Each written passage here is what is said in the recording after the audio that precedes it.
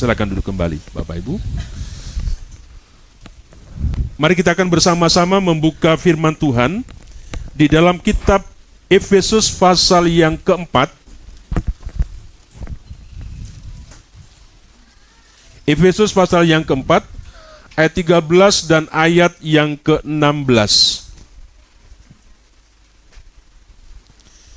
Efesus pasal yang keempat, ayat 13 sampai dengan ayat yang ke-16.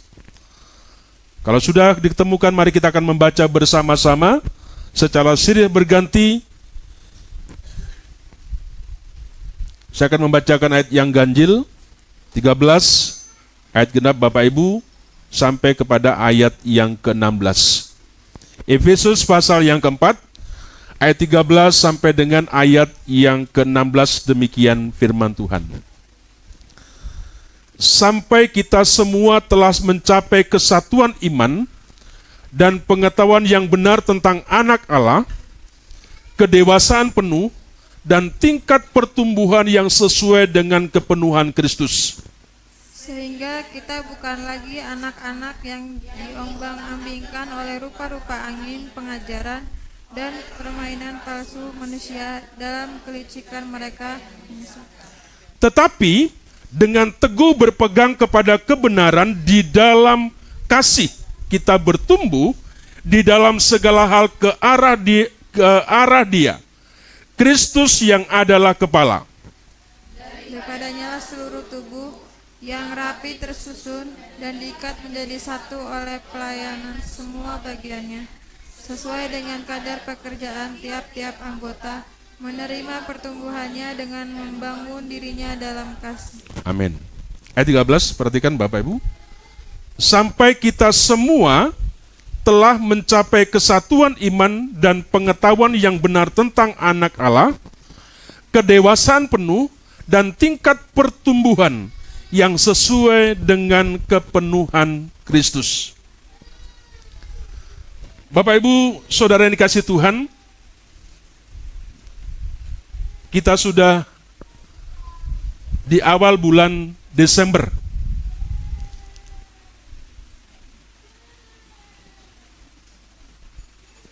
Menjelang akhir tahun 2024, sangat baik untuk kita senantiasa selalu merenungkan tentang perjalanan dalam pengiringan kita kepada Tuhan. Apakah kita sudah menuju bertumbuh menjadi dewasa secara rohani, atau kita masih berputat menjadi jemaat yang bayi? Seperti dikatakan firman Tuhan, Bapak Ibu, sampai kita semua telah mencapai kesatuan iman dan pengetahuan yang benar tentang anak Allah, kedewasaan penuh, dan tingkat pertumbuhan yang sesuai dengan kepenuhan Kristus. Umumnya, Bapak Ibu, saudara, seseorang yang dianggap sudah dewasa ketika dia menginjak usia 17 sampai 21 tahun.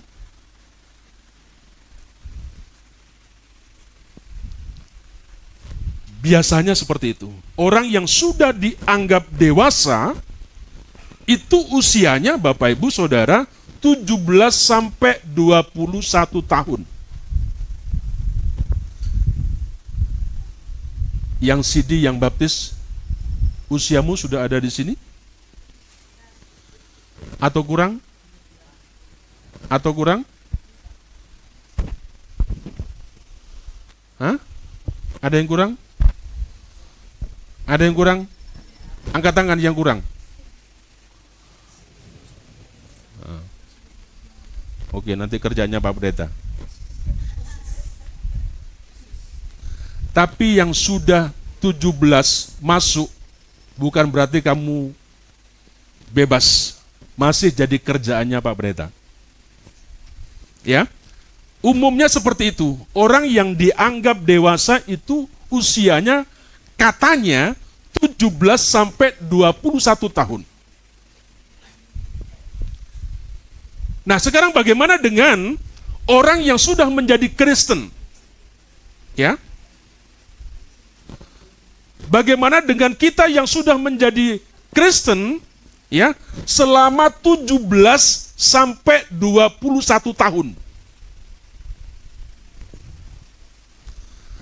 Apakah dapat dianggap mereka yang sudah dewasa rohani?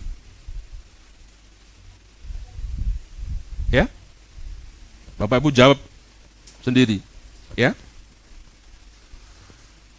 Apakah yang usia seperti itu sudah dikatakan dianggap sudah dewasa rohani?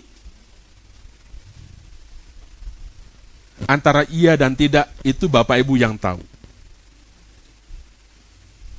Yang pasti belum tentu. Ya.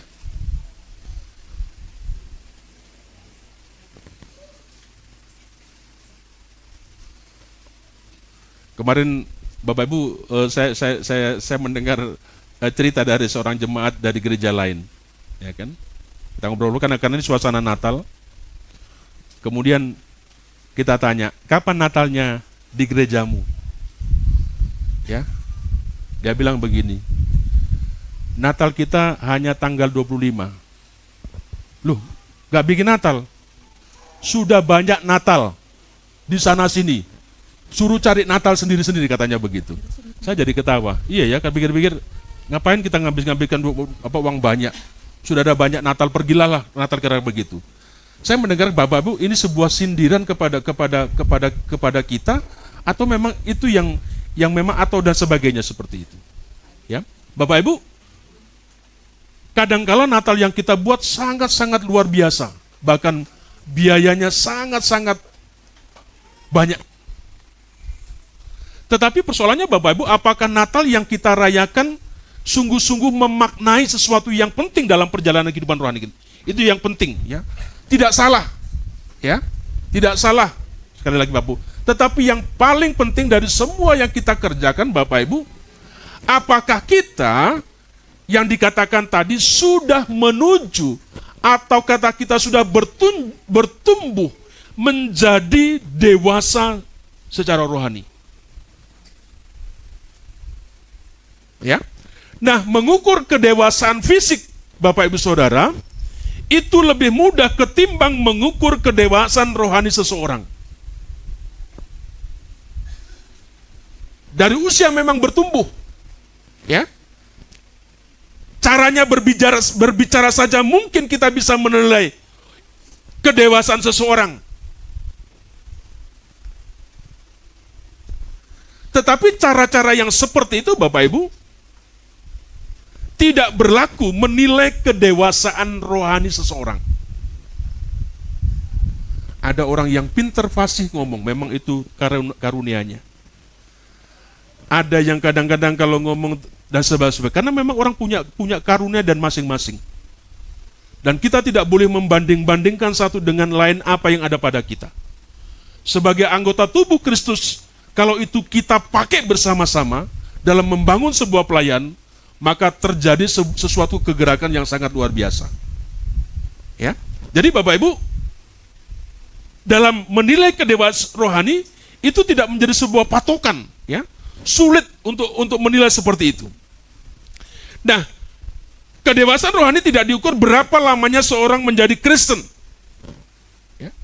Tidak juga diukur dari kefasikannya dalam dia berdoa panjang lebar, ya, atau tinggi jabatannya di gereja dan kesibukannya dalam mengikuti sebuah kegiatan pelayanan. Benar apa dikatakan firman Tuhan? Orang yang beribadah, ya Bapak Ibu, cara hidupnya, kehidupannya, integritasnya, karakternya itu harus berbeda dengan orang yang tidak beribadah. Setuju? Jangan sama saja. Lebih-lebih kepada kita yang seringkali pelayanan. Jangan lagi sering kita yang mendengarkan banyak sesuatu firman Tuhan. Bapak Ibu, seharusnya kita harus sedikit demi sedikit kita harus mengalami sebuah perubahan. Ya. Tidak diukur. Ya. Dengan semua itu tidak, tetapi diukur dari kedekatan orang tersebut dengan Tuhan dan bagaimana ia menghasilkan buah-buah. Bapak Ibu boleh berkata dengan apa saya berkata kepada anak-anak kita yang hari ini baptis. Ya, kamu mau baptis selam atau baptis percik, secara prinsip yang diajarkan itu semuanya benar, semuanya baik. Baptisan itu yang pasti tidak pernah menyelamatkan. Ya. Jadi jangan bangga dengan percik, jangan bangga dengan selam. Ya. Itu hanya sebuah tanda saja. Ya. Bapak, anak-anak kita. Tetapi yang lebih penting, entah kamu dipercik, entah kamu diselam, apa yang perlu dihasilkan? Buah pertobatan. Buah-buah dari kehidupanmu itu yang penting. Karaktermu itu yang penting. Ya. Jadi jangan merasa, oh, saya tidak adol rasanya kalau tidak dipercik atau tidak diselam, tidak. Ya. Tetapi prinsip yang kita tahu itu yang harus kita pegang. Apa itu yang penting dari semua itu? Boleh. Itu sebuah ajaran yang tidak usah kita perdebatkan secara teologi, ya. Tetapi yang paling penting dari semua yang kita kerjakan secara teknis, secara metode adalah buah dari semua yang kita kerjakan. Karena itulah yang dikatakan tadi, ya. Dari buahnya kamu akan mengenal mereka. Nah, semua orang Kristen dari anggota sampai pemimpin gereja pasti mencita-citakan gereja yang dewasa. Ya. Seperti apakah gereja yang dewasa itu? Ada yang mengartikan, ada yang mendefinisikan, Bapak Ibu, gereja yang dewasa itu secara kuantitatif. Jumlahnya banyak. Ya. Jumlah perkembangan jumlah anggotanya semakin bertambah-tambah. Asetnya banyak. Bisa ini, bisa itu dan sebagainya. Peningkatan ragam pelayanan dan lain-lain sebagainya. Itu ukuran kuantitatif seperti itu, ya. Dari segi jumlah seperti itu. Ada juga yang mendefinisikan secara kualitatif. Misalnya jemaat yang misioner seperti itu, ya. Nah, Bapak Ibu yang dikasih Tuhan, yang penting digarisbawahi di sini bahwa ternyata ingin menjadi dewasa secara rohani itu tidak bisa instan. Ya, tidak bisa instan. Tetapi harus melalui sebuah proses. Di GP selalu dikatakan seperti itu. Ya, kalau Bapak Ibu yang ikut di GP. Semuanya lewat sebuah proses. Kalau engkau ingin dewasa, engkau harus mengalami yang namanya proses. Dan itu bukan klise daripada kita selalu ngomong tentang proses-proses seperti itu. Orang bertobat itu juga proses. Orang taat itu juga proses. Semua kita menjadi sesuatu itu juga berproses. Seperti yang saya katakan, saya menjadi pendeta yang baik, itu juga berproses menjadi seorang gembala yang baik. Sebagai seorang ayah, ya, sebagai seorang papa, itu juga berproses menjadi seorang papa yang baik. Sebaliknya dan semuanya seperti itu. Sehingga rasanya tidak etis, kurang santun kalau kemudian kita membicarakan kekurangan. Kenapa? Karena semuanya berproses. Apa dikatakan Bapak masih ingat? Berhentilah untuk melihat, membicarakan kekurangan orang lain. Kenapa? Kita sama-sama jelek. Setuju? sama-sama jelek, jangan membicarakan orang jelek. Ya kan? Nggak pantas gitu kan. Seperti itu di luar sana. Ibarat yang dikerjakan lempar anak gitu kan. Iblisnya bilang, kamu kawan saya gitu kan. Jangan dong sama-sama orang jelek sama apa membicarakan orang. Tetapi mari kita berlomba-lomba menunjukkan sesuatu yang baik, sesuatu yang benar dalam kehidupan kita. Nanti kebenaran itu dikatakan akan nyata. Ya.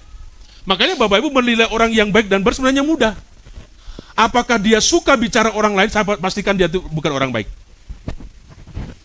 Makanya semua kita, kalau kita sudah membicarakan orang lain, katakanlah dilarang membicarakan kita semua jelek.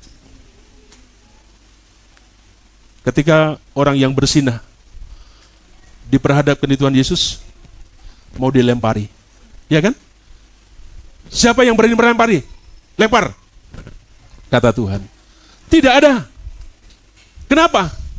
Karena dibukakan bahwa semua kita adalah orang-orang yang masih berproses menjadi baik. Ya. Nah, Bapak Ibu dikasih Tuhan, jadi tidak sifatnya instan, harus berproses. Prosesnya di mana? Kata firman Tuhan. Harus kita mengalami dalam perjalanan di padang gurun. Ya, Ulangan 8 ayat yang kedua di sana. Coba Bapak Ibu perhatikan Ulangan 8 ayat yang kedua. Cepat tolong dibacakan sebentar. Kalau kita ingin mengalami sebuah proses menjadi dewasa, saudara, kita mau tidak mau ada saatnya kita berada dalam perjalanan padang gurun. Ulangan 8 ayat 2. Ulangan 8 ayat 2, ingatlah kepada seluruh perjalanan yang kau lakukan atas kehendak Tuhan Allahmu di padang gurun selama 40 tahun ini, dengan maksud merendahkan hatimu dan mencoba engkau untuk mengetahui apa yang ada dalam hatimu, yakni apakah engkau berpegang pada perintahnya atau tidak. Ya, semua yang terjadi Bapak sebenarnya Tuhan ingin tahu kita. Dengan masalah, dengan persoalan yang ada, hanya Tuhan ingin tahu seperti apa kita. Biasanya Bapak Ibu, suka atau tidak, Bapak Ibu, orang akan tahu aslinya kalau dia dihadapkan dengan masalah. Benar? Aslinya seperti seseorang, seperti apa dia? Apakah dia baik? Apakah dia tidak baik ketika persoalan terjadi?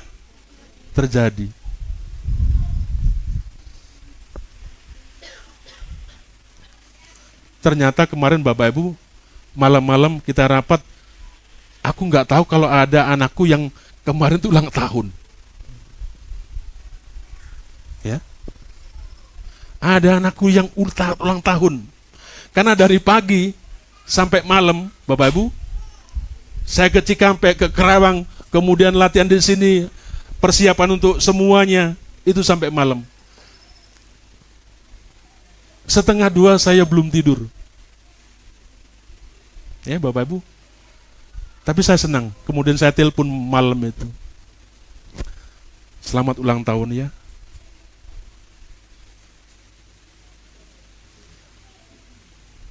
Bapak tidak bermaksud bahwa aku melupakan kamu.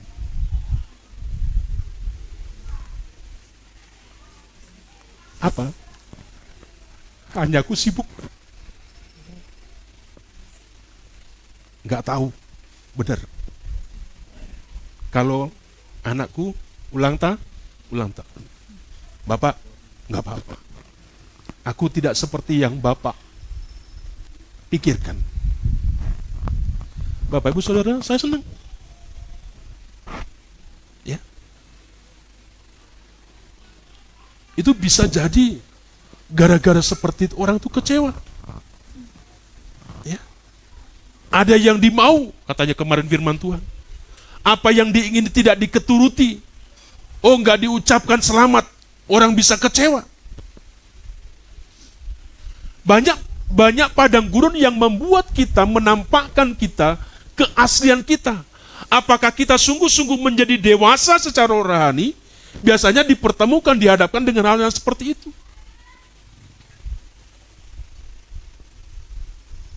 Hal yang lain, bagaimana supaya kita bisa menjadi dewasa secara rohani, Bapak Ibu? Kata firman Tuhan dalam Ibrani 5 ayat 11-14 sana, apa yang diperlukan? Kita yang dewasa itu adalah makanannya, katanya firman Tuhan, makanan-makanan yang keras. Bukan lagi pengajaran-pengajar yang masih dasar. Bukan lagi makanan-makanan yang makanan minumannya yang lembek, yang susu-susu seperti itu. Karena itu bukan cocok bagi orang yang dewasa. Kalau mungkin siapa saja ketemu dengan Bapak Ibu Saudara dan berkata yang keras, saya pingin saudara berkata, Bapak, Ibu, saya berterima kasih. Gak usah perlu mencari apa dan sebagainya, gak perlu. Siapa tahu Tuhan sedang memperlihatkan tentang bagaimana kedewasaanmu secara rohani dari orang-orang yang ngomong seperti itu. Ya, makanan yang keras. Seperti yang saya serindu Bapak Ibu Saudara, saya ingin jemaat ini tidak terus di landasan. Sedikit mulai menaik, ya, tidak tahu 0, berapa, tetapi saya ingin dari tahun, bulan, kita ingin terus naik, sampai kita nanti bisa terbang seperti itu.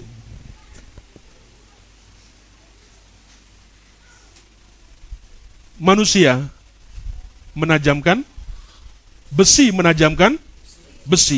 manusia menajamkan sesama. Kalau ada orang seperti apa saja kepada kita, kira-kira ingatlah kata-kata firman Tuhan. Besi menajamkan besi, manusia menajamkan sesamanya.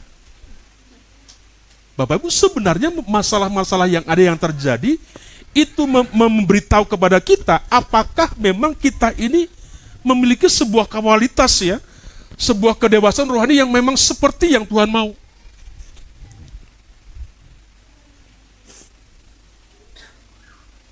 Jadi tidak gampang.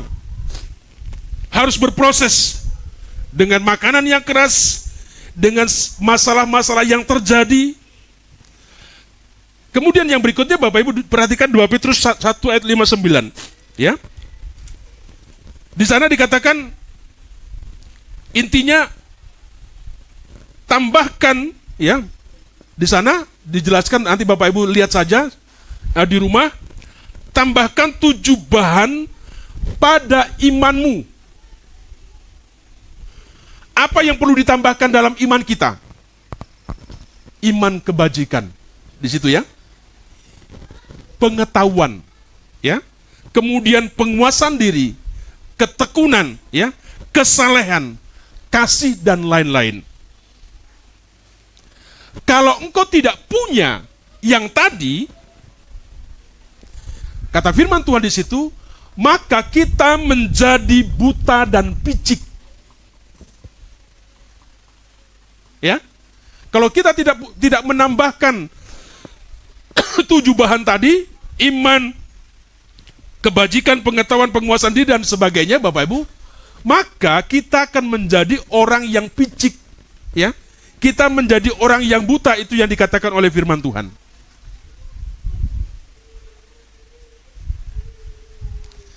Jadi, kalau kita kembali kepada kitab Efesus pasal yang ketiga tadi, Bapak Ibu, ada beberapa aspek pertumbuhan rohani yang menjadi kunci kedewasaan rohani kita.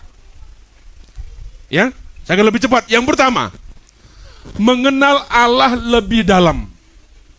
Ya, saya sudah bicara tentang iman. Ya, dalam terjemahan bahasa Inggris, believe dan trust. Ya. Belief itu hanya percayanya, imannya itu dangkal. Ya, dangkal. Hanya kulitnya saja. Tetapi yang trust itu lebih kepada sesuatu yang lebih dalam. Ya, sebuah respon yang mau mengajari. Ketika kita mendengarkan firman Tuhan, diajari siapa saja. Ya, tidak hanya kita dengar saja. tetapi kita mulai belajar untuk mempraktekkan dalam kehidupan kita sehari-hari, ya. Mengenal Allah lebih dalam. Yang secara sederhana Bapak Ibu, bagaimana kehidupan doamu, bagaimana perenunganmu, meditasimu, ya, dan sebagainya, ya.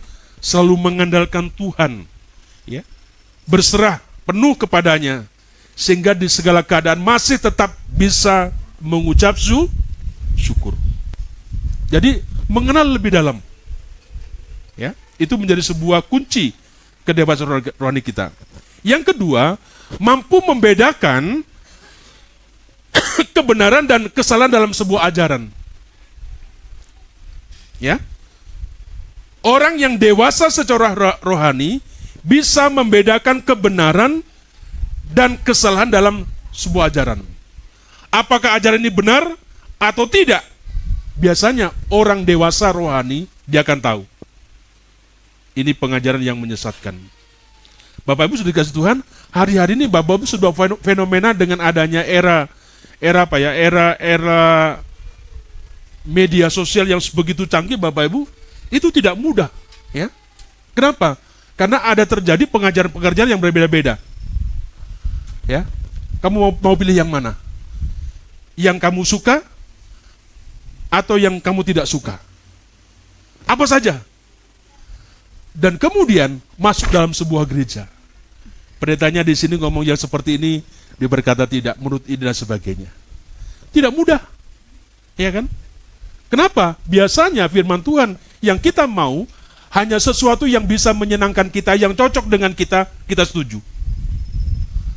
Persoalannya yang mendasar hanya sebenarnya kita tidak mau mengerjakan, karena itu menyalipkan sebuah kedagingan kita. Sebenarnya itu persoalannya. Ya. Sebab itu Bapak Ibu, mari kita belajar saudara untuk mengenal yang lebih dalam.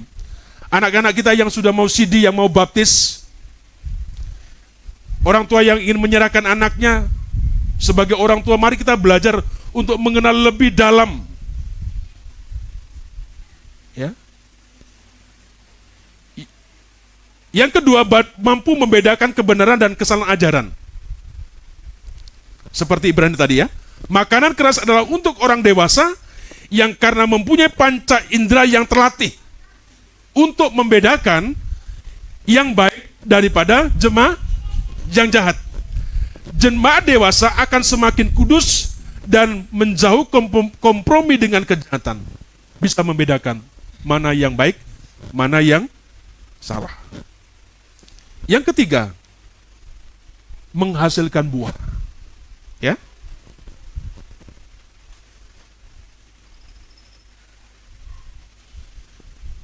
Bapak Ibu masih ingat saya mungkin di sini saya katakan beda antara melayani Tuhan dan melayani pekerjaan Tuhan.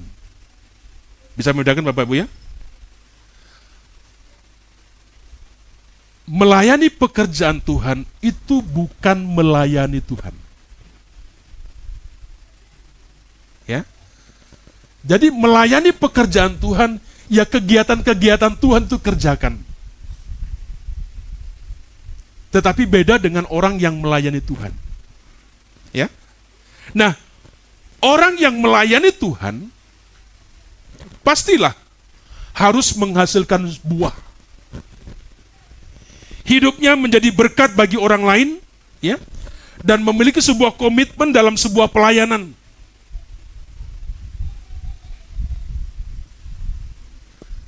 Dan semua itu yang dia kerjakan, yang mereka lakukan, bukan karena sebuah rutinitas belaka, tetapi didasari oleh kasihnya kepada Kristus.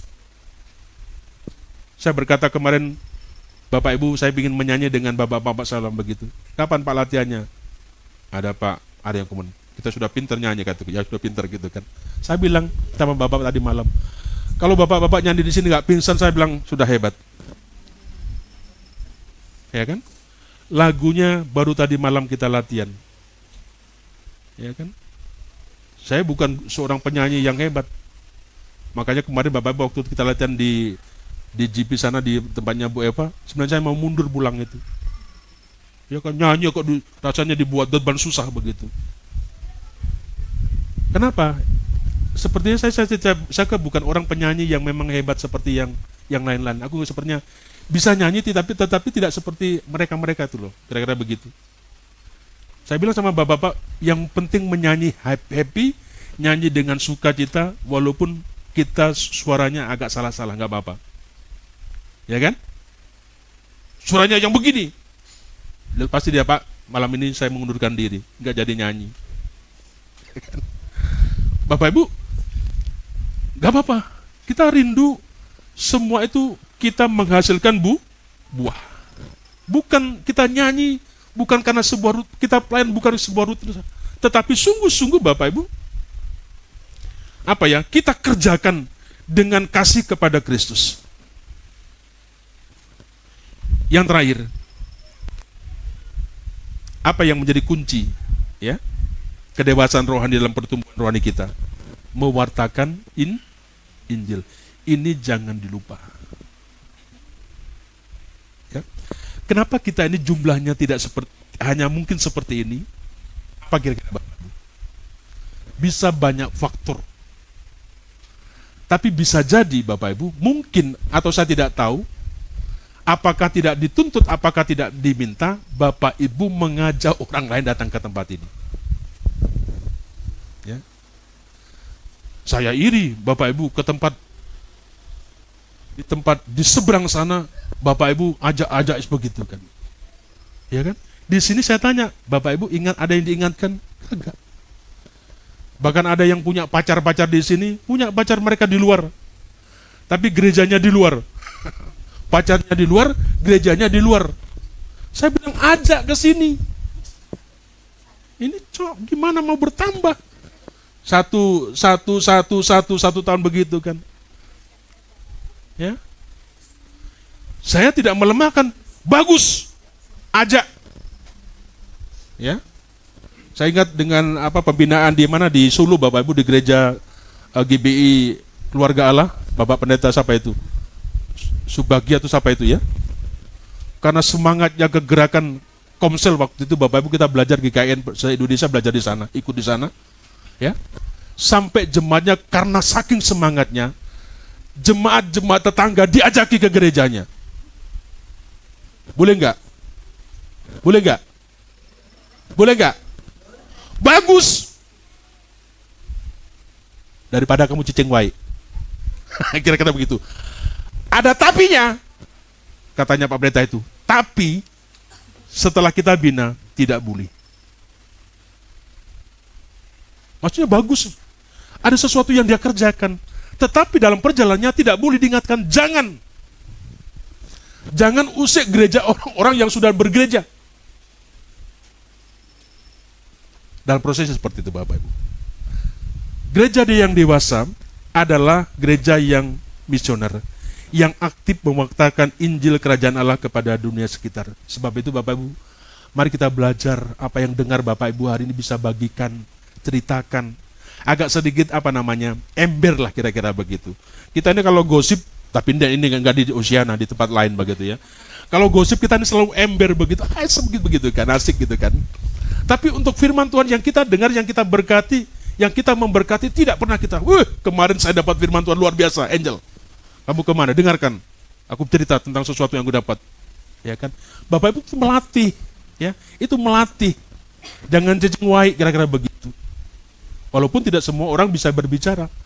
Paling tidak kita belajar seperti itu. Jadi Bapak Ibu, yang menjadi pertanyaan dari apa yang saya katakan tadi, sudahkah keempat hal itu menjadi fokus hidup kita hari ini? Ya, marilah kita periksa keadaan diri kita. Apakah di dalam diri kita masih ada ciri-ciri orang yang belum dewasa secara rohani? Saya mengajak kepada setiap kita, mari kita bertumbuh menjadi semakin serupa dengan Kristus setiap harinya. Sehingga kita menjadi dewasa. Bukan hanya secara jasmani, tubuh jasmani, tetapi juga secara rohani. Jika kita ingin gereja kita dewasa, kita harus menumbuhkan keempat unsur tadi. Dan semuanya yang kita kerjakan hanya untuk Tuhan. Tuhan memberkati.